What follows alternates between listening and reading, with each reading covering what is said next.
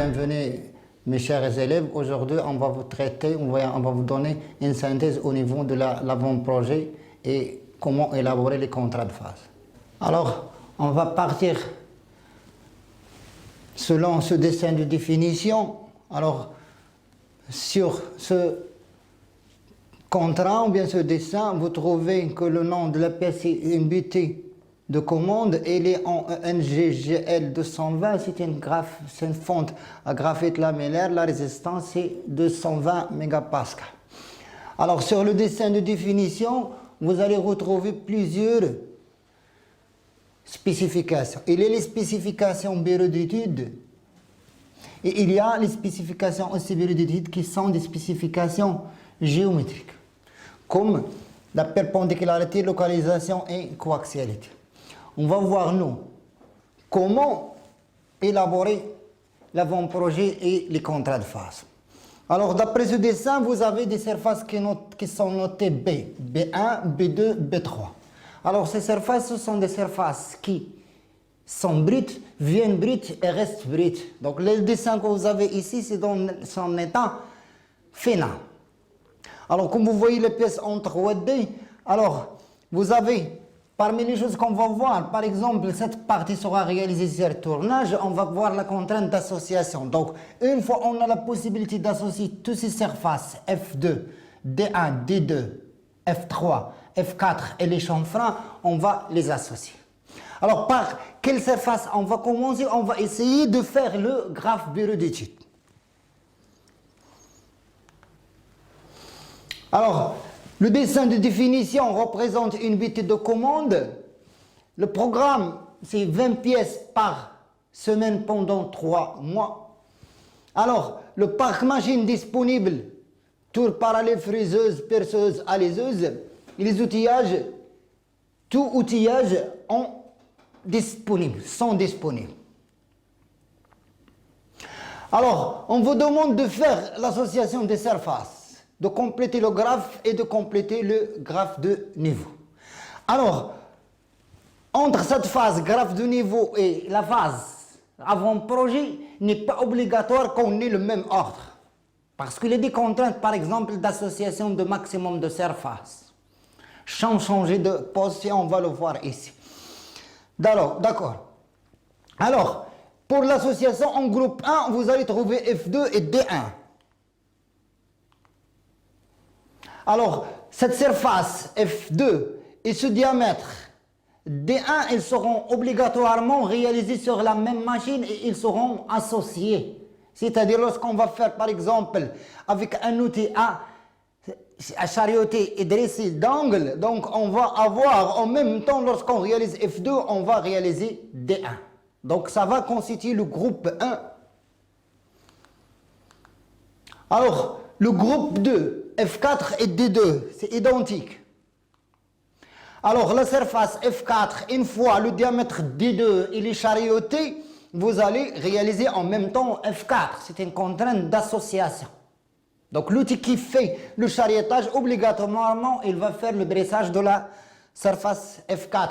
Aussi, vous allez retrouver que cette surface qui est le lamage D4 et la surface, celle-ci, que vous allez voir noté ici F5 seront associés aussi. C'est ce qui va constituer le groupe 3 D4 F5. Alors, d'après compléter le graphe bureau d'études, donc B2 est lié à F3 et B1 est lié à F1. Alors, ces liaisons, vous allez les retrouver directement sur le dessin. On va commencer par B2 F3. Alors, voilà la surface B2 et voilà la surface F2. Alors, ces deux surfaces, ils sont liées par une dimension 10 plus ou moins 0,2. La même chose, la surface F3, il est lié à cette surface par la cote 40 plus ou moins 0,2. Et cette surface, vous la voyez, c'est la surface B2. Aussi, cette surface F1 est liée à B1 par la cote de 10 plus ou moins 0,2. Et ainsi de suite, comme ça, on va essayer d'élaborer le graphe bureau d'études que vous voyez ici. Alors, en fin de compte, en complétant ces spécifications et dimensionnelles et géométriques, on va retrouver en niveau 0 les surfaces brutes B1 et B2. Et B3 aussi. Donc au niveau de B3, on ne l'a pas fait ici au niveau de graphe véridique parce qu'il n'y a pas de liaison. Au niveau 1, vous avez F3 et F1. Ensuite, vous avez groupe 1. Ensuite, vous avez au niveau 3, groupe 2 et D3. Et en fin de compte, vous avez groupe 3. On va voir que en arrivant ici, pour l'avant-projet, vous allez voir que ce D3 et le groupe 3, ils seront associés. Parce que le perçage, il doit être obligatoirement réalisé avant le lamage. Pourquoi? Pour guider la fraise à lame. Et donc, même s'il est ici à ce niveau, on va le décaler vers le groupe 3 et D3. Comme ça, on aura par nos cultures de contraintes, association et minimiser le temps de coupe et minimiser le nombre des surfaces ou bien des phases, vous allez voir que en phase 10, surface F1, elle est là. Donc, c'est la première surface qui va venir avant B1. Ensuite, puisqu'on est en fraisage, on passe à la réalisation de F3, F2 et réaliser aussi D2, F4 et les chanfreins. Toutes ces surfaces seront regroupées dans la phase de tournage. C'est une contrainte d'association de maximum de surfaces. Et ensuite, une fois on est passé de cette phase, on va passer directement à la phase de perçage pour percer D3 et lamer le groupe 3, D4, D5, F4, c'est ce qu'on a dit. Donc, vous voyez ici le groupe, le D3, il est là dans le niveau 3, mais ici, ça revient avec D5, F4, c'est-à-dire percer après faire le lamage. Et dans la phase seconde, vous avez le contrôle final. Alors, une fois on a ceci, on va passer à l'avant-projet. Alors, au niveau d'avant-projet, la première phase, c'est une phase de contrôle de brut. Donc, la pièce, elle est là, brute, telle qu'elle est obtenue par le procédé de moulage. Alors, il y a des épaisseurs qui sont ajoutées ici sur la pièce. Donc, ça, c'est la phase 0. Donc, dans la phase 10, c'est à compléter. Cette surface que vous voyez en rouge, c'est la surface qu'on va réaliser. Donc, on va essayer de mettre, qu'est-ce qu'on met? Alors, la mise et le maintien en position, la machine outil, les outils et l'opération. Donc, ici, on a un dressage ou bien un surfaçage de F1. Pourquoi on va la faire en une seule passe? Parce que l'intervalle de tolérance, il est ici de plus ou moins 0,2, c'est-à-dire 0,4. Et on vous a déjà donné une leçon sur le nombre d'opérations en fonction de l'intervalle de tolérance. Puisque ici, on a un intervalle de tolérance de 0,4, donc on va la faire en une seule passe. Donc ce document, vous allez voir directement sans corriger après. Alors voilà, donc qu'est-ce qu'on a? On a sur cette surface qui est la surface B1, on a un appui plan. On a sur cette surface une liaison linéaire rectiligne 4, 5. 4, ici, il a 5. 4, 5. Et l'appui plan que vous voyez ici, il est réparti sur cette surface. Et on a une butée là pour éliminer cette translation. Et le serrage, c'est ce que vous voyez en bleu. Alors, cette surface, c'est la surface B2, donc le serrage, il est sur la surface B2. Alors, la friseuse sur laquelle on va travailler, c'est une friseuse universelle ou bien une friseuse verticale. Alors, l'outil, c'est une fraise de taille. Le diamètre doit être supérieur à cette largeur de la pièce pour faire une seule passe pour gagner le temps. Et le nombre de dents, il est Z égale à 12. Qu'est-ce qu'on va faire? On va surfaçage de F1. Voilà la surface F1. Surfaçage de F1 en finition directe. Donc ça, c'est la phase 0 et là, c'est la phase 10. On va passer maintenant à la phase suivante qui est phase de tournage. Alors, il est demandé à compléter cette partie pour le tournage. Les surfaces réalisées sont en rouge de vue. Et ensuite, la phase finale, c'est avant contrôle final, c'est la phase 30, c'est le perçage et lamage. Alors, pour le tournage, qu'est-ce qu'on a? Cette surface, elle est déjà réalisée. Il y a une liaison entre cette surface et celle-ci. Donc, on va mettre appui plan ici. Ensuite, on va mettre une orientation 4-5 là, parce qu'il y a une liaison entre cette surface brute et cette surface à usiner. Il vient au niveau d'intervalle deuxième, parce que la spécification de perpendiculaire est plus précise que la cote dimensionnelle qui existe entre cette surface et celle-ci. Et qu'est-ce qu'on va faire? Donc, appui plan ici, sur la surface F2. Ensuite, centrage court 4,5 sur cette surface. Ensuite, appui ponctuel. Alors, appui ponctuel sur cette partie. Alors, qu'est-ce qu'on va réaliser? Donc, résumons, appui plan ici parce qu'il y a une précision entre cette surface et celle-ci.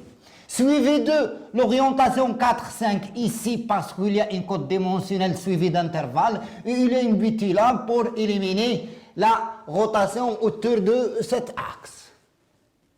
Alors, appui plan sur F1, lumière, serrage sur B1, donc le serrage il est contre l'appui plan. Alors l'outil qu'on va faire pour le dressage, outil coudé à 45, un outil à charioter à dresser, un outil coton. On va essayer de les voir, on va les voir dans le contrat de phase. Ensuite, on passe à la phase 30. Donc la phase 30, c'est percé et après lamé. Alors ici, si vous voyez au niveau de graphe de liaison, on aura ici appui plan sur cette surface. Ensuite, on aura appui ou bien un centrage court ici, sur ce diamètre. Ensuite, on va voir une butée là. Alors, pour cette butée, si vous voyez sur le schéma de points, une butée sera fixe et l'autre butée, c'est seulement pour ne pas avoir un retournement autour de cet axe. Qu'est-ce qu'on va faire? Cette butée, il sera réglable à chaque fois, soit par verre, soit par ressort, soit par une solution technologique. Donc il ne faut pas dire qu'on a ici mais cette butée ici pour éviter déformation de la pièce sur l'effort de perçage. Et vous aurez, donc on va utiliser pour le perçage, fraise diamètre, forêt diamètre 8, percé, et ensuite fraise à lamé diamètre guide, c'est le tenant, le diamètre inférieur c'est 8 et le diamètre supérieur c'est 15 pour faire le lamage. Donc au niveau d'opération, ordre, c'est quoi? Perçage de D3, c'est celui-là. Ensuite, lamage du groupe 3D4, voici D4, c'est ce diamètre en rouge, et cette surface F5, le fond de lamage. Donc comme ça, c'est l'avant-projet. On va passer maintenant à l'établissement du contrat de phase. Alors, voilà le contrat de phase, l'entête, la partie de désignation des opérations, les conditions de coupe et le croquis. Donc ici, on va parler de la phase de fraisage. Alors, pièce silicaire, la matière ENGGL de 100, le nombre de 20 pièces par semestre, par semaine pendant 3 mois. La phase, c'est une phase de fraisage. Numéro, c'est 10. Et la machine outil, c'est fraiseuse universelle. Alors, la mise en position, on passe aux solutions technologiques. Appui plan sur B1. Pourquoi? Parce que F1 est lié à B1 par 10 plus ou moins 0,2. Seule liaison qui existe, donc on va donner le maximum ici. Donc, soit que vous ayez de préférence parce que c'est surface brute, des touches bombées. Si vous la posez directement sur pièce plat, vous aurez touche plat. Donc 1, 2, 3, appui plan ici. Alors 4, 5, c'est dans ce sens. Voilà 4 et voilà 5. Ensuite, vous avez le but 6, il est là. Contre l'effort de le mouvement d'avance. Voilà l'outil qui est la fraise. Et voilà la cote fabriquée obtenue dans cette phase une seule. Vous avez une surface considérée, deuxième surface considérée, deux surfaces, 2 moins 1, c'est 1. Donc vous avez une seule cote fabriquée et le serrage, vous l'avez ici. Donc, si on voulait faire compléter cette partie, donc désigner le numéro, c'est la première opération et c'est la seule, parce qu'on parle de phase, si une ou plusieurs opérations, dans ce cas, il n'y a qu'une seule opération et il est considéré une phase, c'est une phase de surfaçage.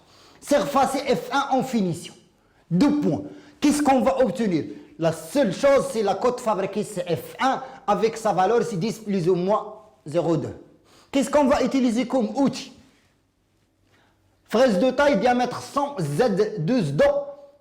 Comment est-ce qu'on va contrôler cette cote fabrique qui est 10 plus ou moins 0,2? Soit par pied à coulisse, soit par une touche plate entre notre pas, maxi et mini. Et un montage d'usinage pour la phase 10 à concevoir. C'est ce que vous allez voir en terminale, Inch'Allah. Alors, la vitesse de coupe, elle est 40. Le diamètre de la fraise, il est 100 000 VC sur PD. Ça vous donne cette valeur 1200, 128. Ensuite, on va passer à la valeur de la vitesse d'avance. Alors, 128, la vitesse d'avance, c'est N fois FZ fois Z, ça va vous donner 76 mm par minute. Donc, ça, c'est le document contrat de phase relatif à la phase 10. Maintenant, on va passer à la phase de tournage. Alors, pour cette phase de tournage, alors c'est la phase numéro 20, phase de tournage, la pièce Iker, la matière, elle est identique, le nombre de 20 pièces par mois pendant 2 ans, on va travailler sur un tour parallèle. Le croquis de la phase. Alors, d'après ce qu'on a vu dans la première norme, on va passer en deuxième norme, symbolisation technologique. Vous avez l'ordre à concevoir, c'est cet outil, il va faire dresser pour ne pas avoir contact sur surface brute pour le chariotage et le dressage ici. Alors, ensuite, on va faire cet outil à charioter à dresser d'angle pour réaliser cette surface F2 et le chariotage de D1. Ensuite, on va faire le chariotage et après les chanfreins. Alors, la mise en position appui plan ici, c'est un montage d'usinage sur Iker. Alors, vous avez ici appui plan, le voici 1, 2, 3. Vous avez ici orientation 4, 5, les voici. Et vous avez dans ce sens une butée qui va vous donner cette cote fabrique. Maintenant, qu'est-ce qu'on doit illustrer sur le croquis de phase? Les surfaces usinées en rouge, la mise en position en vert, deuxième norme, les outils en bleu, et ensuite les cotes fabriques. Voilà une surface considérée, deuxième surface considérée, troisième et quatrième. Mise en position et surface usinée dans un sens s'appellent des surfaces considérées. Leur nombre moins 1, c'est le nombre de cotes fabriquées qu'on doit trouver. Voilà une cote fabriquée, deuxième, troisième et deux autres cotes fabriquées relatifs aux chanfreins. Donc, c'est-à-dire, si on revient en réalité, prenant en compte les chanfreins, vous avez 1, 2, 3, 4, 5, 6, donc 5 cotes fabriquées. On a ici 3 et 2 qu'on va illustrer. D'accord? Vous avez encore entre l'appui plan et l'axe une cote fabriquée CF6. Et on va passer maintenant à l'ordre. Donc, première opération dressée, voilà la cote fabriquée CF1. Sa valeur, c'est 40. Ensuite, on va faire cette opération de chariotage et dressage. On va obtenir la cote fabriquée CF2. Sa valeur, c'est 10. CF3, c'est ce diamètre. 2 fois CF3, c'est le diamètre 30. Et les spécifications géométriques. Alors, ensuite, charioter D2, c'est ce diamètre. Et dresser F4, la cote fabriquée CF4, c'est cette valeur. Et la valeur 2 fois CF5. Alors, pour l'outillage, on va utiliser ici, outil coudé à 45 à charioter à dresser. Ici, un outil à charioter dressé d'angle. Ensuite, les outils de contrôle. Alors, pour cette cote, ça, et ça, selon leur intervalle de tolérance, c'est un pied à coulisse. Pour cette cote, on va faire un montage de contrôle. Vers la fin, vous avez chanfreiné et les cotes fabriquées, c'est cette cote et celle-ci. Alors, au niveau des conditions de coupe, vous avez VC égale à 40 pour tous les cas. Il sera calculé en fonction des diamètres à obtenir. Alors, ici, il vous reste le troisième cas de perçage, c'est à voile. Après, Inch'Allah, Et voilà, c'est un résumé total de synthèse sur l'élaboration de l'avant-projet et des contrats de phase. Vous voyez que c'est très important de connaître dans cette synthèse ce qui est appelé code fabriqué, ce qui est appelé surface usinée. Vous devez être capable de visualiser les outils avec leur normalisation et la symbolisation technologique et les moyens de contrôle et de vérification. Comme ça, c'est la fin de cette leçon que vous deviez prendre en sérieux. Et merci pour votre patience et à très bientôt, Inch'Allah.